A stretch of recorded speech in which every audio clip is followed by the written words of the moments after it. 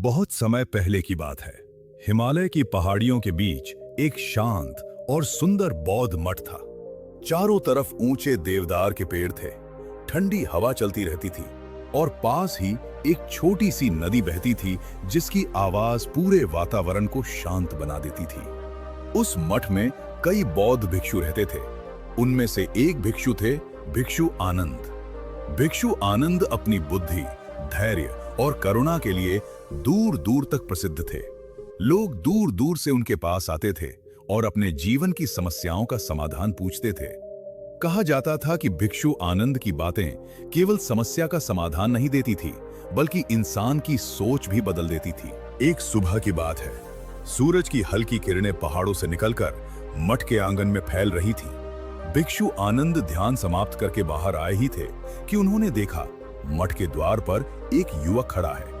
उस युवक का चेहरा थका हुआ था, उसकी आंखों में बेचैनी थी और ऐसा लग रहा था जैसे वो कई दिनों से ठीक से सोया नहीं है। उसका नाम था राघव। राघव कई दिनों की यात्रा करके उस मठ तक पहुंचा था।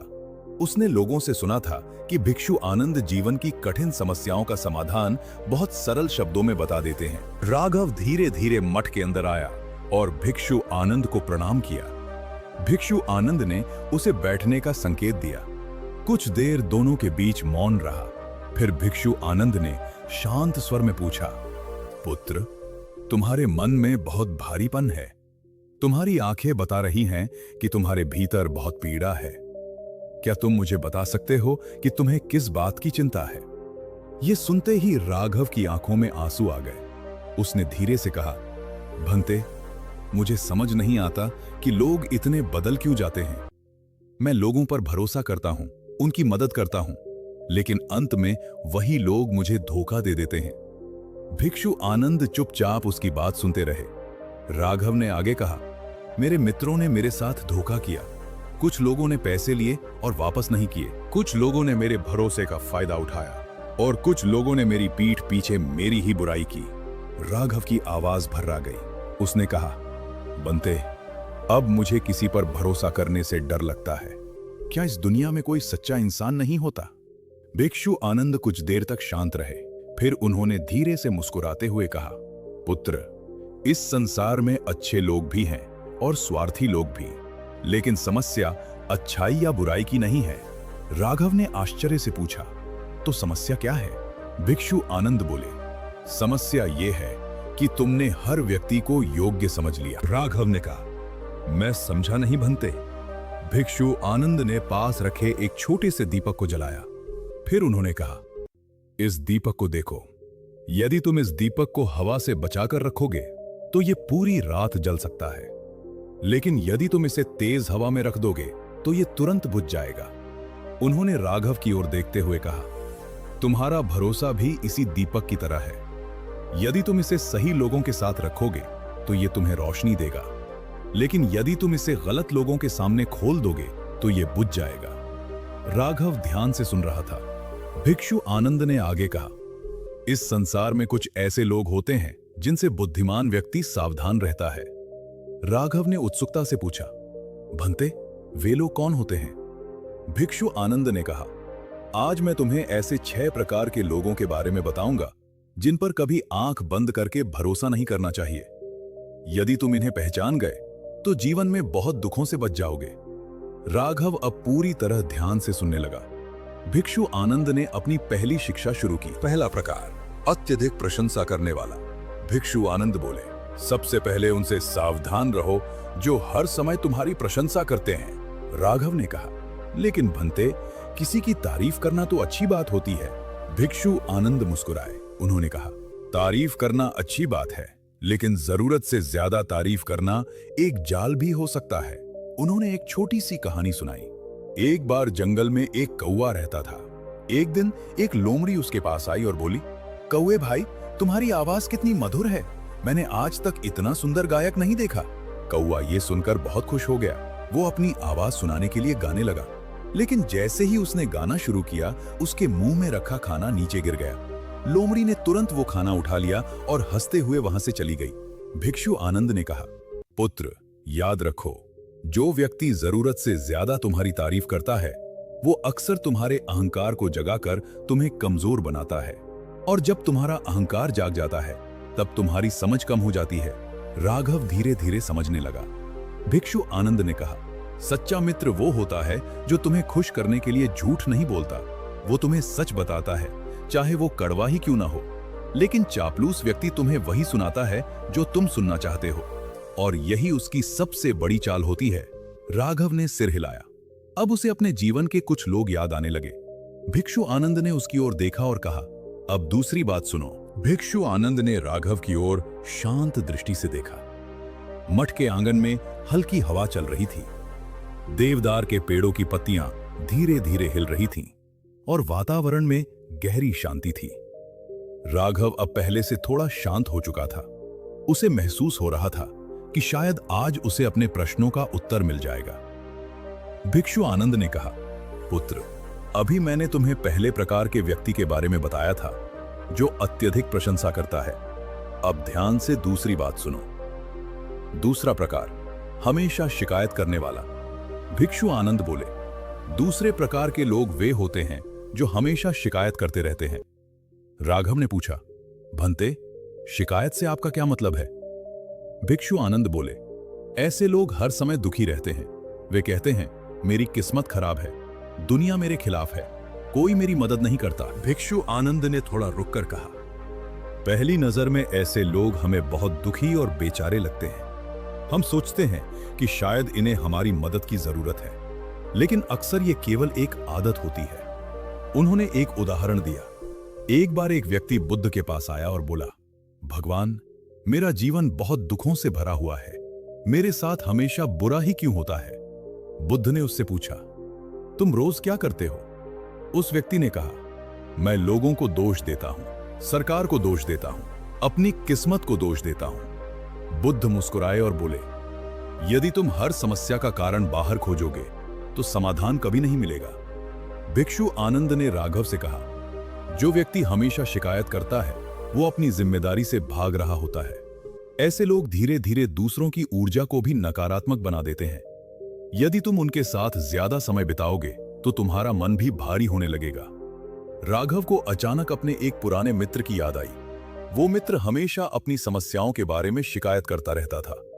राघव ने कई बार उसकी मदद करने की कोशिश की थी, लेकिन हर बार वही शिकायतें दोहराई जाती थीं। राघव ने धीरे से कहा, भंते, अब मैं समझ रहा हूं। भिक्षु आनंद ने मुस्कुराते हुए कहा, समझ ही बुद्धि की शुरुआत है। तीसरा प्रकार, अवसरवादी व्यक्ति। कुछ क्षण बाद भिक्षु आनंद ने कहा, अब तीसरे प्रकार के व्यक्ति के बारे में सुनो। ये लोग होते हैं अवसरवादी। राघव ने पूछा, अवसरवादी? भिक्षु आनंद बोले, हां, ऐसे लोग तब आते हैं जब उन्हें तुमसे कोई लाभ चाहिए होता है। जब तुम्हारे पास सफलता होती है तब वे तुम्हारे सबसे अच्छे मित्र बन जाते हैं, लेकिन जब तुम्हारा समय कठिन होता है तब वे अचानक गायब हो जाते हैं। भिक्षु आनंद ने एक कहानी सुनाई। एक बार जंगल में एक बड़ा पेड़ था। गर्मियों में उसकी छाया बहुत ठंडी होती थी। जंगल के कई जानवर उसकी छाया में बैठते थे। वे कहते थे, ये पेड़ हमारा मित्र है। लेकिन एक दिन भयंकर तूफान आया। पेड़ की कई शाखाएं टूट गईं। अब उसकी छाया पहले जैसी नहीं रही और धीरे धीरे सभी जानवर वहां से चले गए। भिक्षु आनंद ने राघव की ओर देखते हुए कहा, पुत्र, वे जानवर उस पेड़ के मित्र नहीं थे, वे केवल उसकी छाया के मित्र थे। राघव कुछ देर चुप रहा, फिर उसने धीरे से कहा, बंते, शायद मेरे जीवन में भी ऐसे लोग थे। भिक्षु आनंद ने सिर हिलाया। उन्होंने कहा, सच्चा मित्र वही होता है जो कठिन समय में भी साथ खड़ा रहे।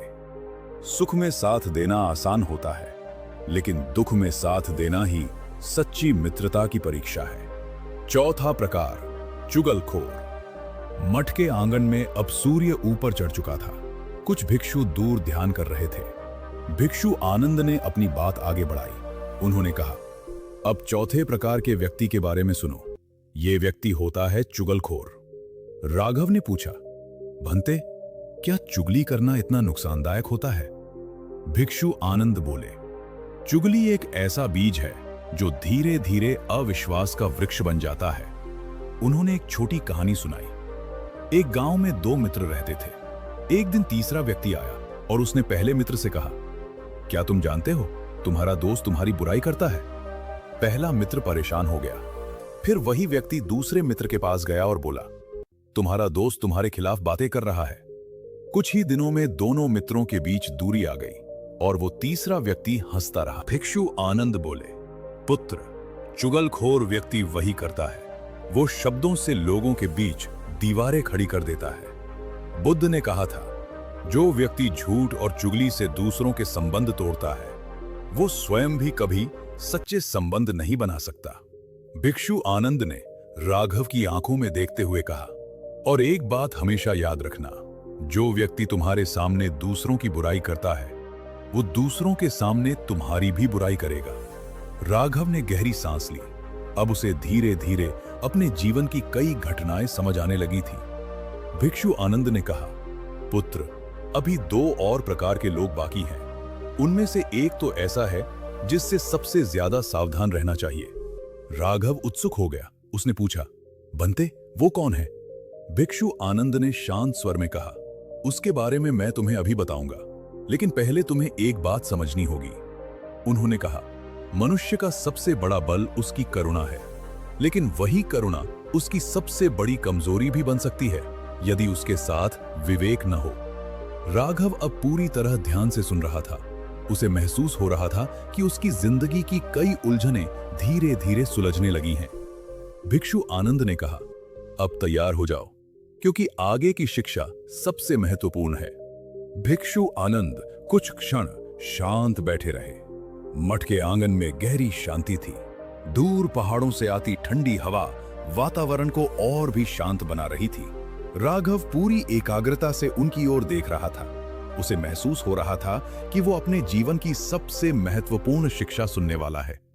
भिक्षु आनंद ने धीरे से कहा, पुत्र, अभी तक मैंने तुम्हें 4 प्रकार के लोगों के बारे में बताया है, लेकिन अभी 2 प्रकार के लोग और हैं जिनसे बुद्धिमान व्यक्ति हमेशा सावधान रहता है। राघव ने उत्सुकता से पूछा, भंते, वे कौन लोग हैं? भिक्षु आनंद बोले, ध्यान से सुनो। 5वां प्रकार, झूठा सदाचारी भिक्षु। आनंद बोले, 5वें प्रकार का व्यक्ति वो होता है जो अपनी अच्छाई का प्रदर्शन करता है।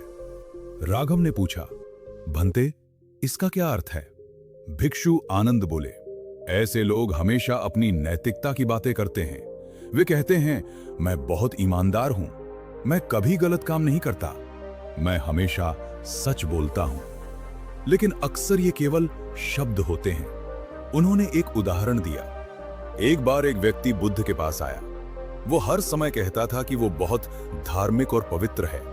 वो दूसरों को उपदेश देता था कि कैसे जीना चाहिए।